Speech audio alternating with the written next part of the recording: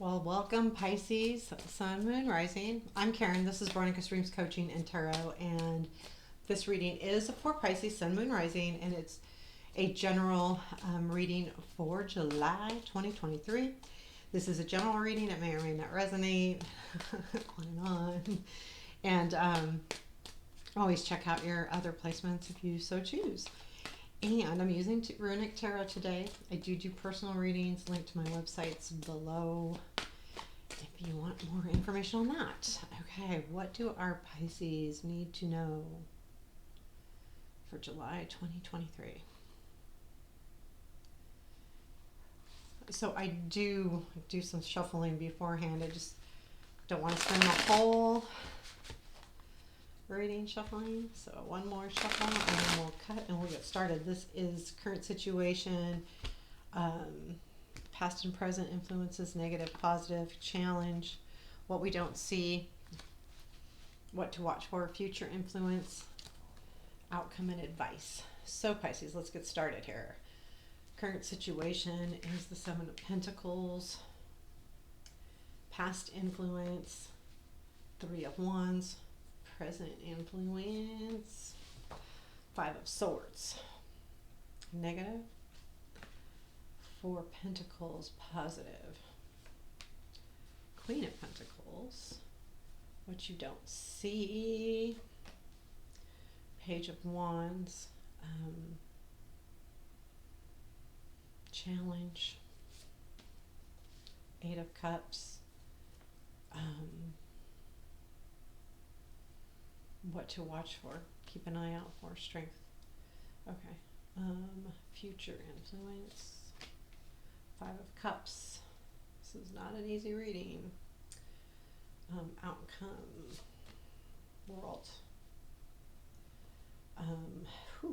advice, Page of Swords, moon's at the bottom of the deck. Whoa.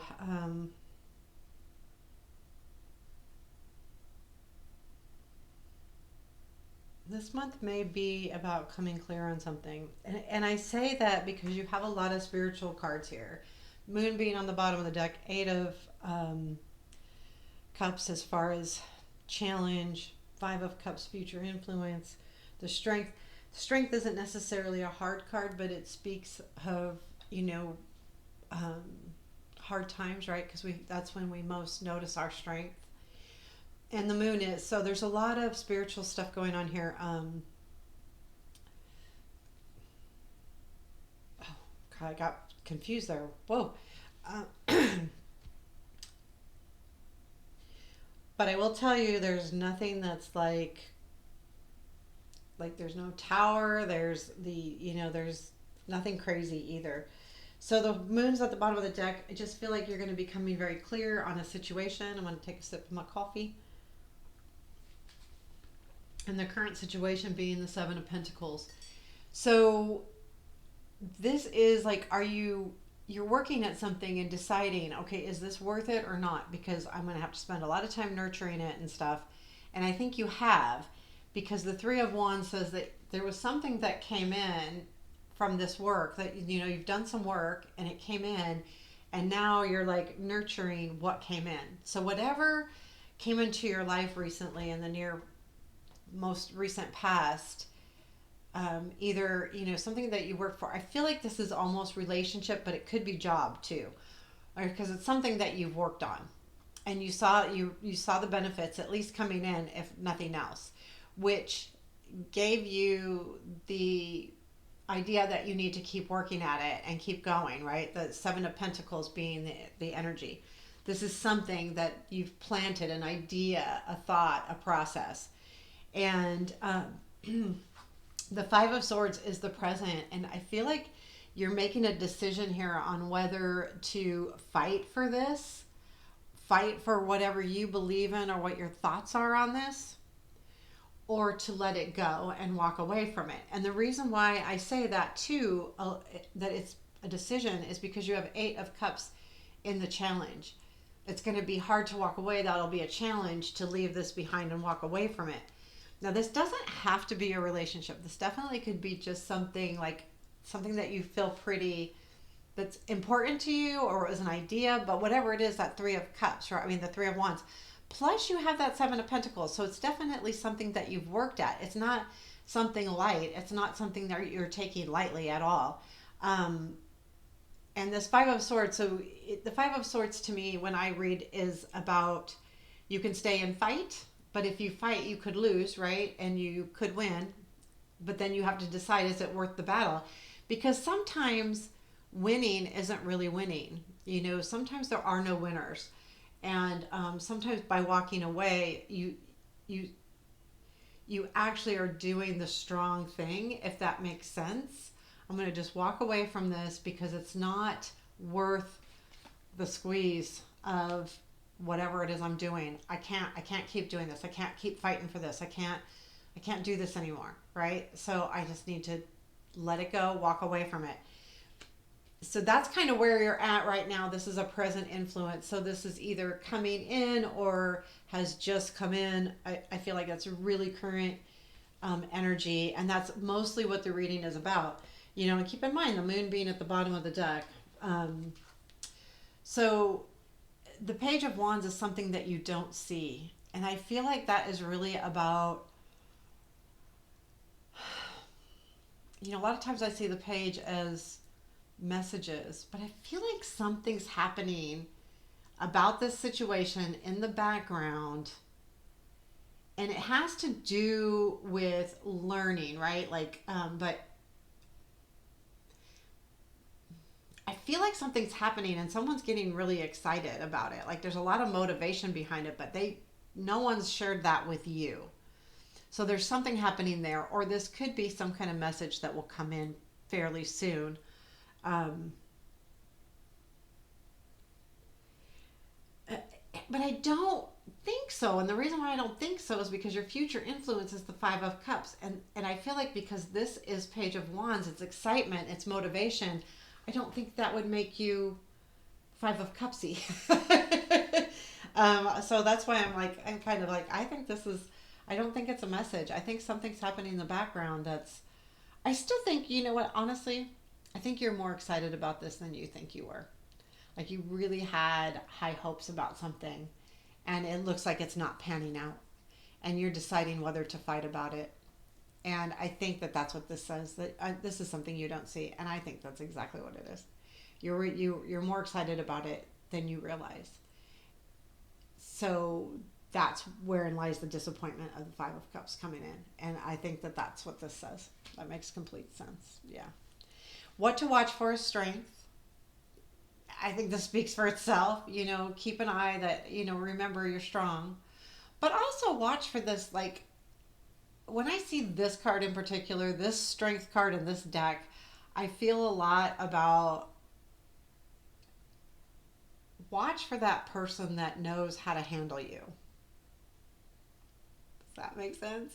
Like some people just know how to handle us. Like they know, okay, you just got to let that go because she's never going to get over it. Or, oh, we need to prod her a little bit more. We need to, like there's some people that just know.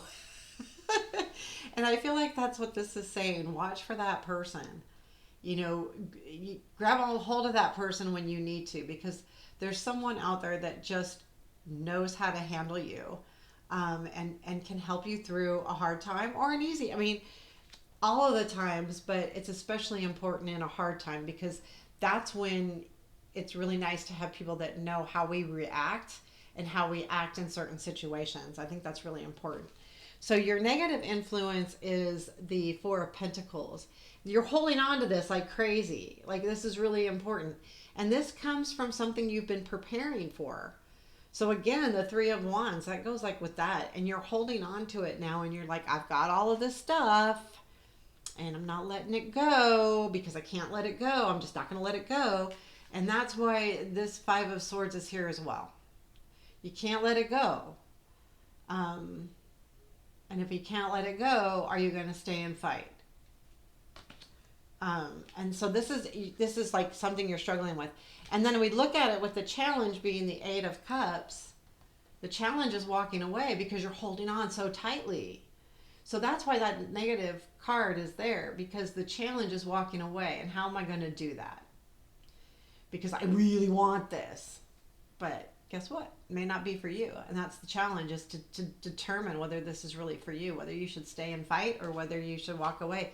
Because the Eight of Cups is all about leaving what no longer serves you. And if this idea, even though you were excited about it, really isn't serving you as you thought it might, then maybe it's time to walk away. So your positive influence is the Queen of Pentacles. I feel like this has to do with this. I feel like there's someone out there that will help you through this. The Queen of Pentacles can be nurturing, can be kind of an Empress energy, but when I see these two together, I'm like, yeah, you know what? The positive energy is you do have people around you that are very stable and very successful too, that can help you through this, and that do have your back and know how to handle you. All of the good stuff. So it's there, know that, because it's very important to focus sometimes on those positive things. Definitely. So future influence is the Five of Cups, which says this, there's going to be the feeling of disappointment will be influencing you in the near future. And a reminder here, because the reason why we do readings is so we can kind of like learn from something. Like if something does happen that disappoints us, don't spend too much time focusing on what you don't have, which is like she's just going, I don't have that, and I don't have that, and I don't have that, so now screw it, I don't want anything, which I think that's the key of this card. And when we get readings, we could say, okay, I'm probably going to, this probably won't work out, right? Okay, if it doesn't, I'm not going to give up hope, and I'm not going to give up trying, because we don't do that. Even if you have a tarot reading that says this isn't going to work out, unless you're specifically asking for something, be very careful not to give up on something too soon, just because you have, especially these collective readings, and when anybody does them, because they're not all for you all of the time. Sometimes they'll resonate and sometimes they won't. So, pick and choose. But this does give you an inkling that if something does come in that disappoints you, which is life, we get disappointed. This isn't like the end of anything. Oh, it actually is, because the world is your outcome. But it doesn't mean that you can't focus on what you have. And again, because the challenge is walking away from something that no longer serves you, but that's giving you a whole new place to go to. So that's important to remember as well. But the outcome is the world. The thing is that this is a successful ending, but it is an ending of a chapter. And this tells me that the outcome here in the very near future is that you will have a successful ending to this. The situation is coming to a head. It's coming to an end. Where it goes from there, who knows, right? Because it could be an ending to the waiting. I don't think so. I think that this is such a big deal to you, and you're struggling with the idea of walking away from it because you're hanging on to it so tight. Because I think that this is the key. You've worked very hard for it, and you finally saw a little bit of things happening, and then all of a sudden it's not. And you're like, what do I do? Is this even worth it?